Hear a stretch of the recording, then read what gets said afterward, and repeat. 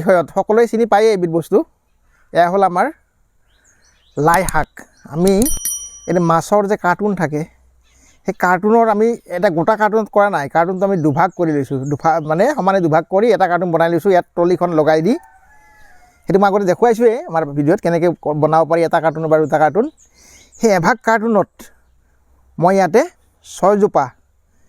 লাই শাক ৰোপণ কৰিছোঁ বৰ লাই আচ্ছা কথাটো হ'ল লাই শাকটো সকলোৱে কৰে এইটো ইয়ানো কি ডাঙৰ কথা এইটো দেখুৱাব লগা কি কথাটো হ'ল সেইটো এটা প্ৰশ্ন এটা উঠে কিন্তু আমি সেই প্ৰশ্নটোৰ কাৰণেই বস্তুটো কৰিছোঁ কথাটো হ'ল কি লাই শাক আমাৰ অসমীয়া সংস্কৃতিত বিশেষ ভূমিকা আছে ব্যঞ্জনত লাই শাক সকলোৱে ভাল পায়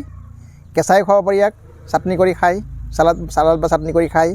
আৰু শাক আমাৰ অত্যন্ত উপাদেয় আহাৰ ই ফাইবাৰ জাতীয় বস্তু সদায় খাব লাগে আমি আচলতে ইয়াক আমি চিধা দুটা তিনিটা পাত ছিঙি লৈ গৈ কেঁচাই আমি ভাতৰ লগত খাব পাৰোঁ আচ্ছা ইয়াক মই এনেকুৱা এটা কাৰ্টুনত কৰাৰ কাৰণটো হ'ল আমি য'ত কৰিছোঁ আমাৰ যদি মূল ঠাইত যিটো আমি কৰিছোঁ তাত মই দেখুৱাইছিলোঁৱেই লাই শাক কেনেকৈ কৰিব লাগে আচলতে আমি মূল মাটিখিনি খান্দি উলিয়াই তাত আমি সাৰ মিশ্ৰণ কৰি গাঁতটো পূৰ কৰি তাত লাই পুলি ৰোপণ কৰিছিলোঁ সেইটো হ'ল আমাৰ খোৱাৰ কাৰণে প্ৰয়োজনীয়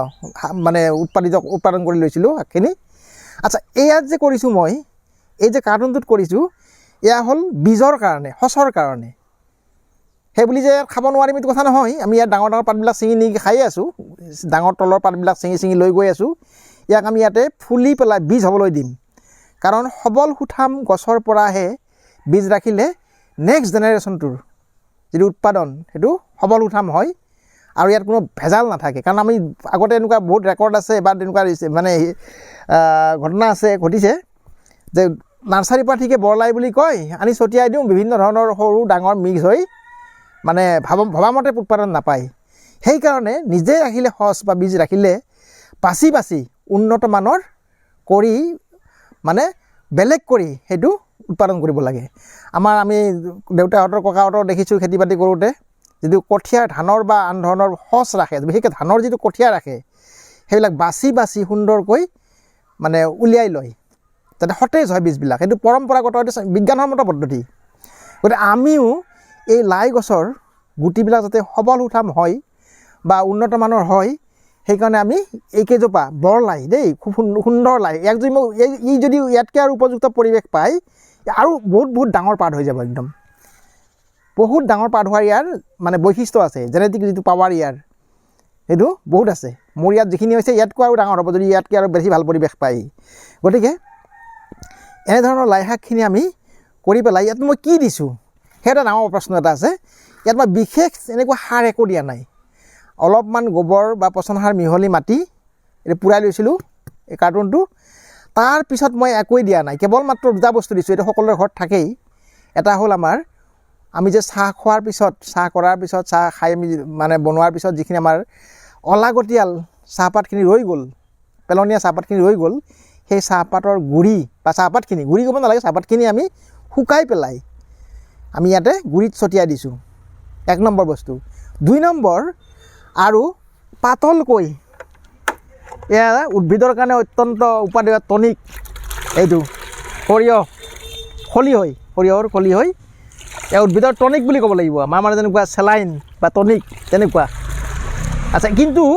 সৰিয়হৰ খেতিত দিওঁতে সৰিয়হৰ খেতিবিলাক হ'ল তৃণজাতীয় উদ্ভিদত এইটো যদি খুব ষ্ট্ৰং হয় শক্তিশালী হয় তেতিয়া আৰু ক্ষতি হ'ব পাৰে এই বস্তুটো খুব শক্তিশালী বস্তু সেইকাৰণে আমি পাতল কৰি ল'ব লাগিব দেই পানী আমি খলিহৈ পানীখিনি ডাইলুট কৰি পাতল কৰি ল'ব লাগিব আমি পাতল কৰি লৈছোঁ আৰু আমি আগতেও এনেকৈ পাতল কৰি সপ্তাহত অলপ ছটিয়াই দিওঁ আৰু শুকান চাহপাতৰ গুড়ি তাত বাহিৰে একোৱেই নাই আৰু পানীবিলাক আমি স্প্ৰেয়াৰ দি দিওঁ তেতিয়াহ'লে পাতবিলাকৰ ইয়াৰ ধূলি মাকতিবিলাক গুচি যায় বাঢ়নত সুবিধা হয় আচ্ছা লগতে আৰু এটা ইয়াৰ উপযোগী মানে অত্যন্ত দৰকাৰী কথা আছে এই যিটো আমি খলিহৈৰ পানী দিম খলিহৈৰ পানীটো চিধা পাতত যদি ছটিয়াই দিওঁ ইয়াৰ ক্ষতি হ'ব যিকোনো উদ্ভিদতেই খলিহৈ পানী সদায় গুড়িত দিব লাগে অকণমান পাত আমি এনেকৈ দাঙি পেলাই গুড়িটোত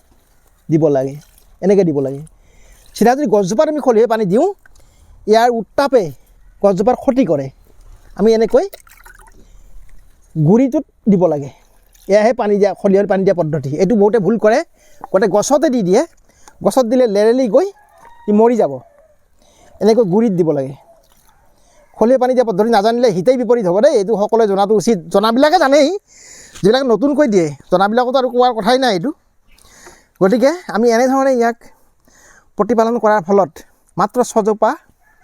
লাই, ইয়াৰ পৰা আমি খাই আছোঁ ছিঙি ছিঙি ডাঙৰ ডাঙৰ পাতবিলাক, আৰু এতিয়াও যথেষ্ট ছিঙিবলগীয়া হৈছেই, ছিঙিব পৰা হৈছেই। গতিকে এতিয়া ই লাহে লাহে ফুল ধৰিব, আৰু ইয়াক মোৱা পোকৰ পৰা ৰক্ষা পৰাৰ কাৰণে আমি বিশেষ ব্যৱস্থা ল'ব লাগিব। মোৱা পোকটো লাইৰ কাৰণে অত্যন্ত অপকাৰী বস্তু, সকলোৱে জানে। মোৱা পোক বা এফিড বুলি কয় আমাৰ ইংৰাজীত,